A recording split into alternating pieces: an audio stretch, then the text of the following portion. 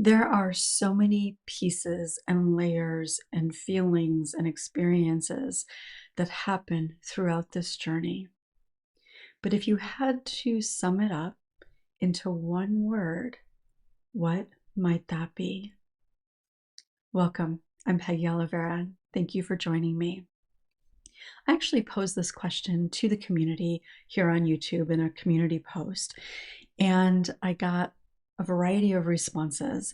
But I wanted to talk about it here because while we talk all the time about the process of healing and the reality of the challenges that come up and the messiness of it all and all of that kind of stuff, I think it can be easy when you're on this journey, particularly if you're finding yourself continuing to struggle, to sometimes not only get caught up in the fact that you're not moving maybe in the way that you'd like, but also in the idea that maybe it should be a particular way, or that you might be the only one who's really experiencing it in the way that you are.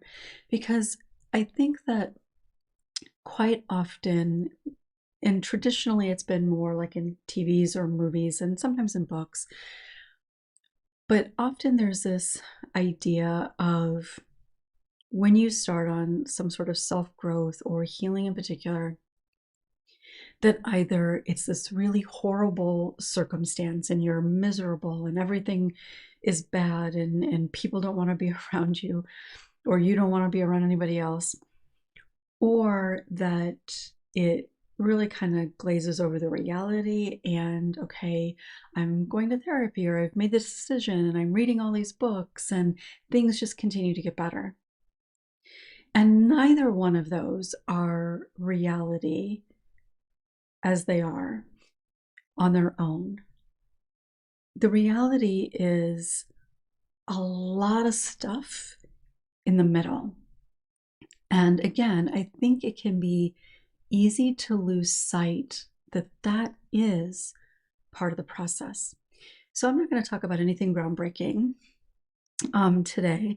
Nothing that you probably haven't heard me talk about before, or certainly other people talk about as well.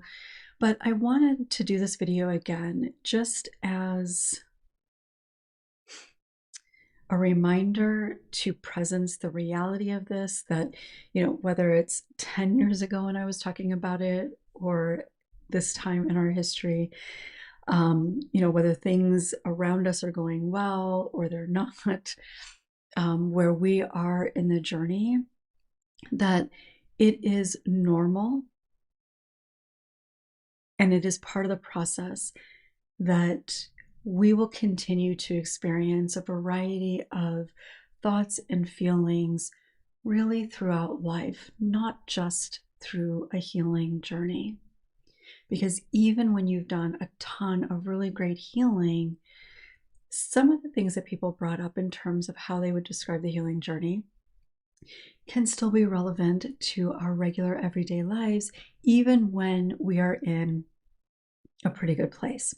So I actually wrote down the things, the majority of the things that came up that people shared in terms of how they would describe the journey. And some people did just share one. Most people did just share one.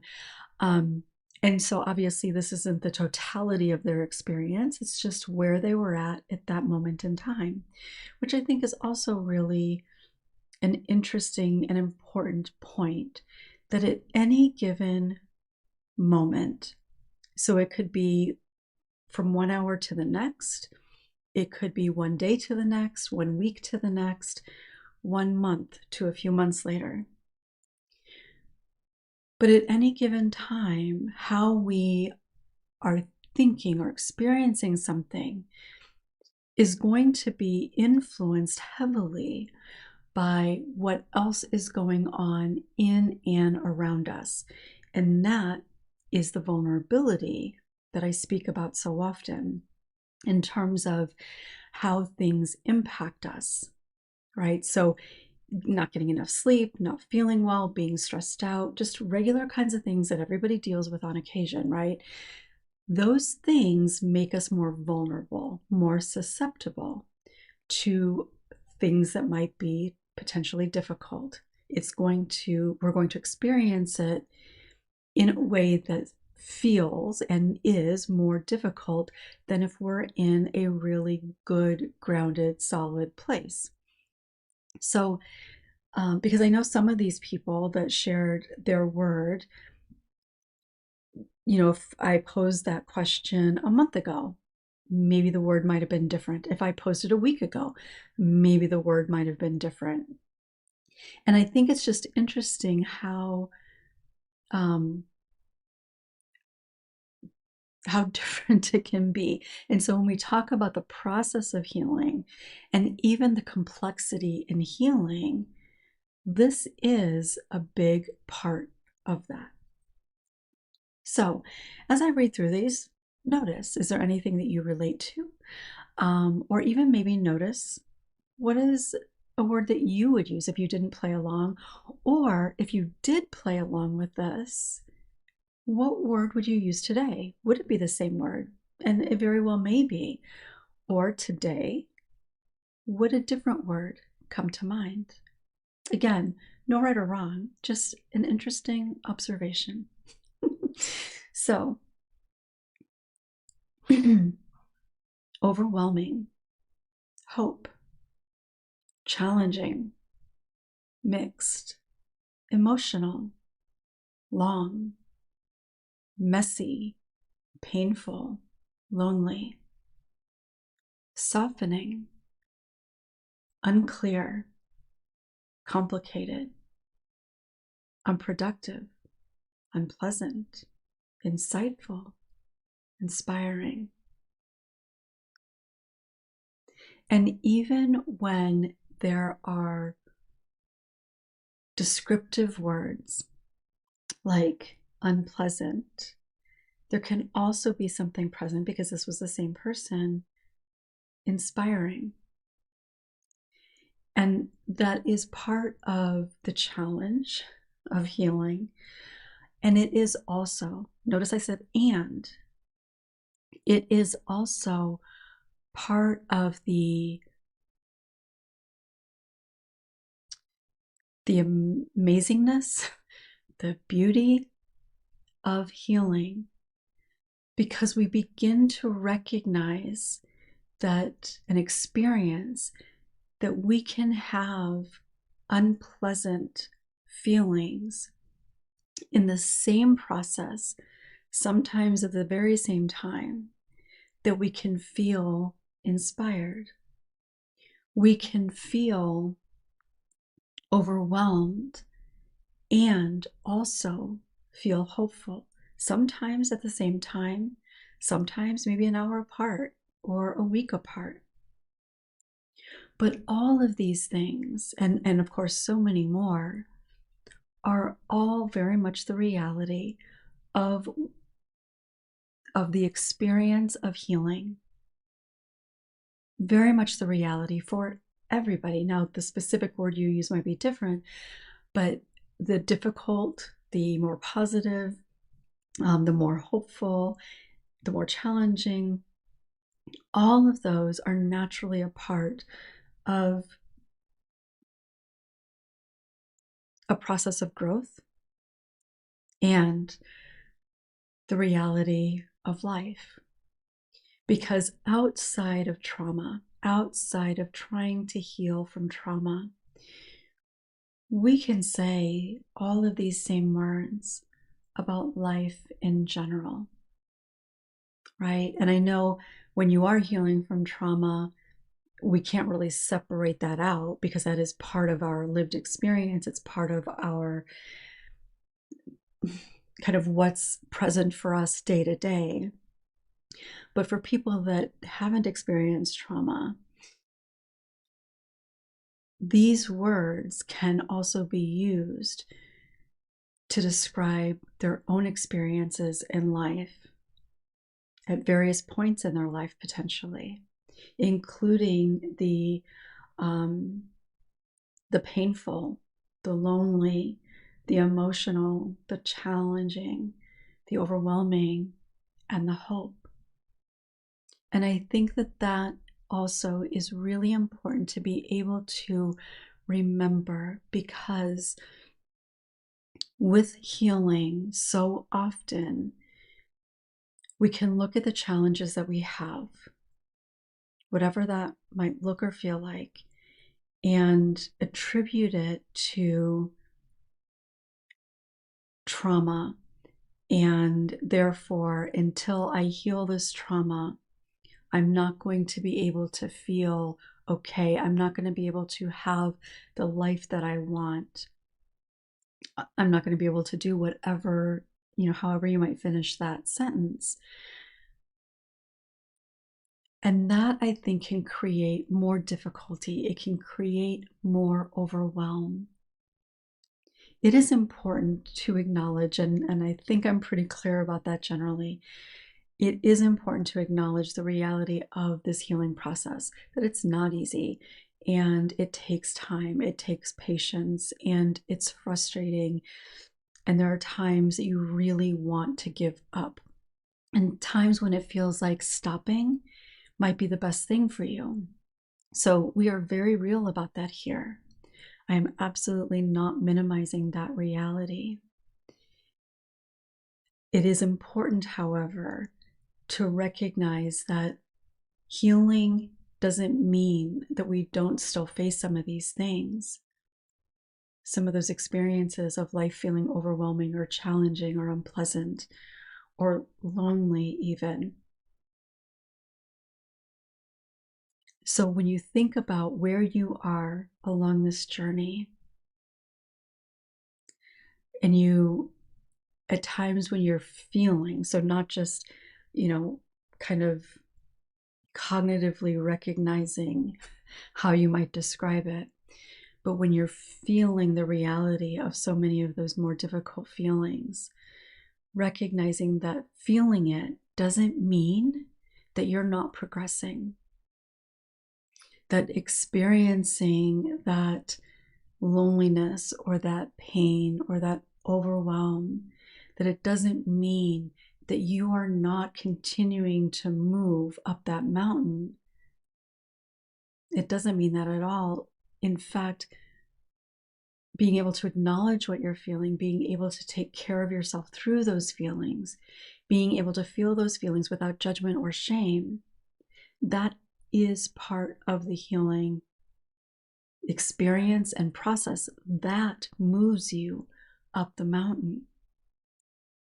And I know how easy it is to lose sight of that when you are in a place that isn't feeling so good. And even more so when things are feeling really difficult.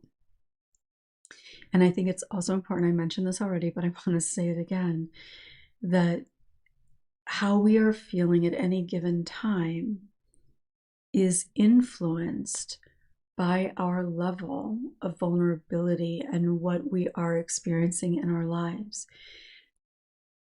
And that is why it's important to check in with yourself periodically, very intentionally checking in with yourself so that you can monitor that and think, okay, well, I didn't sleep very well. So today I'm going to try to be a little bit more mindful of what I'm doing. Maybe you don't exert yourself as much. Maybe you don't commit to as much as you might normally. Maybe you have a little bit more downtime. You take a little bit of a longer lunch, or maybe your lunch is solo, especially if you're an introvert, instead of engaging with a lot of people. Maybe you just give yourself a little bit of a break for a couple of minutes. Maybe you do a couple of deep breaths. There could be so many ways that you kind of navigate through that, but being able to recognize, check in with yourself and what is going on. How am I today? On a scale of 1 to 10, how am I feeling? Maybe you even break it down. How vulnerable am I feeling today? And then maybe you specifically ask yourself, do I feel isolated? Do I feel connected? And that can give you a little bit. And even if it's not creating a big feeling for you, you can check in with yourself about that. Like, okay, has it been a while since I've really connected with anybody? And that doesn't mean you have to share a deep conversation, but genuine connection where you're not hiding parts of yourself.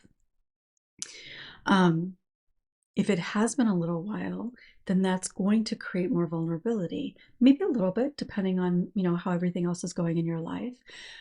But if other things are more challenging for you and you haven't had that connection for a little while, authentic connection, then that is going to increase your level of vulnerability. So then if something is going on with you, maybe a painful memory, maybe somebody brings up something that doesn't feel so good, because your vulnerability is already heightened a little bit, because you haven't connected, because you haven't stopped, whatever it is, that thing that somebody says is going to have more of an impact on you, which is going to influence, going back to how would you describe your day or your healing or whatever, that is going to then influence how you would identify that, what words you might use, and ultimately, obviously, then what's actually happening internally. What are you feeling internally? So again, this really is just kind of a little reminder about the process and the importance of being able to honor what is present for you, no matter what it is. Recognize that we all have the capacity. It's a practice to get there, but we do have the capacity to be able to hold both the more unpleasant as well as the more inspiring or insightful types of experiences, or the more painful parts, along with also being able to hold hope. Even if they're not happening at the same time, we can move from one to the next, and we can also move from hope to painful. So it's not always the other way around. But because we have the ability to flow between them, we have the continued ability to continue to flow into the more nourishing types of feelings that we can experience. And recognizing that for yourself, that you have that capacity. And one of the most important things is being able to recognize where your vulnerability is and what can you do to mitigate that vulnerability. And maybe it means doing something very intentional, like connecting with somebody, or giving yourself, like setting a boundary for your time or your energy. Maybe it's something very much like that. Or maybe it is doing a little bit of a distraction from all the journaling that you've been doing about painful memories. So it doesn't have to look a particular way. You can experiment and try things out. Well, I'd love to know what came up for you. What word would you use to describe? And again, if you've already done this on the post, I'd love for you to leave another comment and see if it is a little bit different. It's okay if it isn't, but just notice, is it a little bit different? And share in the comments. Thanks so much for being here. I look forward to seeing you next time.